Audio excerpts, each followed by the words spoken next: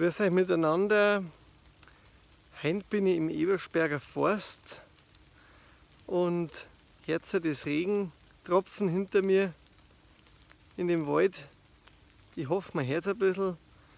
Die Luft ist super da herin. Und ich habe mir gedacht, heute gedenke ich mal im Wald meinem Opa, weil der war auch so gerne im Holz draußen und war sein Material. Und da habe ich einen Text für ihn geschrieben. Opa, du gehst ganz leise. Dein Atem wird ruhiger, deine Gedanken werden weniger.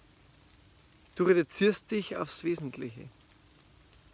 Jeder Tag ist wie ein Abschied. Ich denke viel an dich, denn ich liebe dich und will, dass du noch nicht ganz gehst, weil ich merke, dass du noch da sein willst.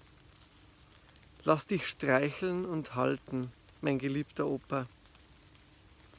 Schließe dich zärtlich in die Arme, denn du bist eine solche Kraft für mich. Bis heute, bis morgen, selbst wenn du fort bist.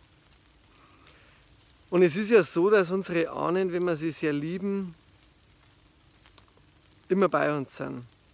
Das heißt nicht, dass wir es hier festhalten sollen, sondern sie sollen, wenn sie sterben, und mein Opa ist dann nicht so lang nach dem Gedicht im Jahr 2014 gestorben. Der Opa, der ist da, die Seele vom Opa ist dann in den Himmel auf. Und wir haben ihn auch nicht gehalten, aber deswegen darf man Trohding an ihm. Und darf man, ja, immer wieder ehren, genau wie unsere Ahnen alle, wir ehren dürfen. Dann sind sie bei uns. Also lieber Opa, da oben und bei uns, vielen, vielen Dank, dass du da warst für mich. Ich habe dich sehr lieb und ich denke jeden Tag an dich. Für dich.